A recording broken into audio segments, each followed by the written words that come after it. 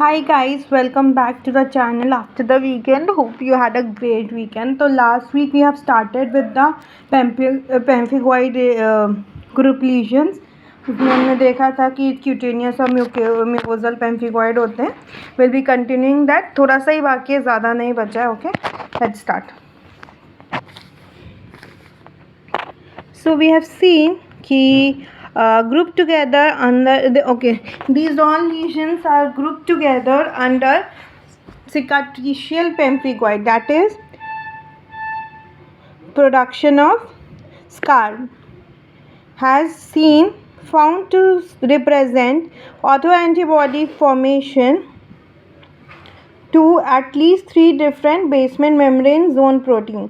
तो ये सारे जितने भी पेम्फिगॉइड ग्रुप है उनको एक ग्रुप के अंदर रखा गया है, सिकाट्रिशियल पेम्फिगॉइड. जो सिकाट्रिशियल मतलब फॉर्मेशन ऑफ स्कार, तो वो वैसे हैं जो ऑटो एंटीबॉडी फॉर्मेशन करते हैं at least for 3 different basement membrane zone proteins.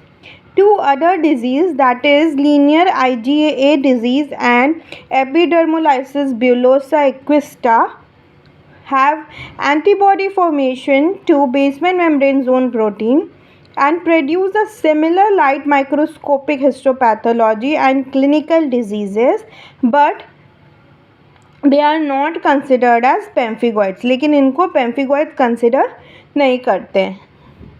जो लीनियर आईजीए डिजीज़ है और एपिडर्मोलाइसिस ब्यूलोसा एक्विस्टा है, इनको पेम्फिगॉइड कंसिडर नहीं करते, लेकिन ये भी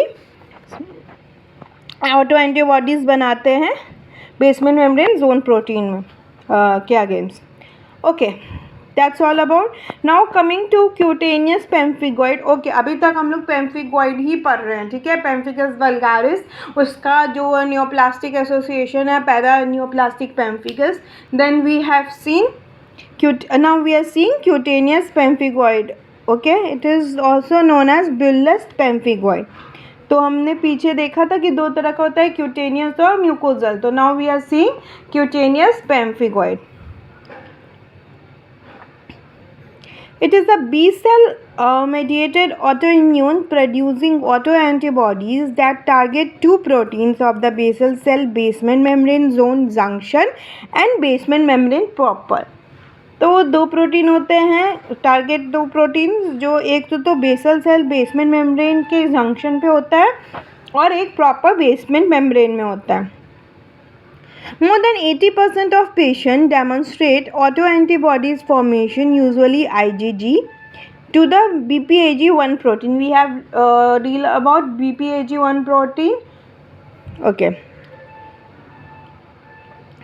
Now about 50% of individuals with cutaneous pemphigoid have BPAG2 directed antibodies in place of or in addition to BPAG1 directed autoantibodies. तो मोस्टली BPAG1 एंटीबॉडीज़ मिलते हैं, डायरेक्टेड एंटीबॉडीज़ मिलते हैं, ऑटो एंटीबॉडीज़. लेकिन 50% ऑफ केसेस में BPAG2 ऑटो एंटीबॉडीज़ भी मिलते हैं, अकेले भी मिल सकते हैं और in addition with BPAG1 antibodies.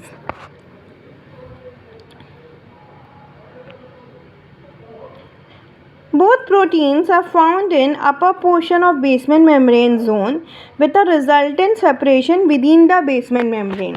ये जो दोनों प्रोटीन है वो upper portion of basement membrane में पाए जाते हैं, इसलिए जो सेपरेशन होता है वो बेसमेंट मेम्ब्रेन के विदिन होता है, अंदर ही होता है.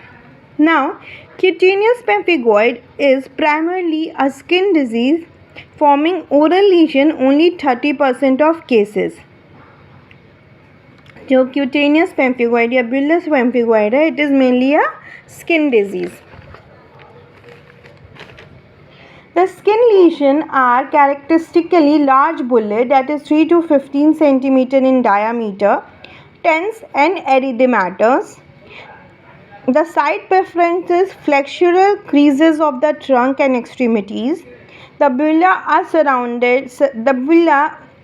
and surrounding erythematous skin are characteristically pruritic and और पेनफुल. ये सारे कैरेक्टरिस्टिक हैं.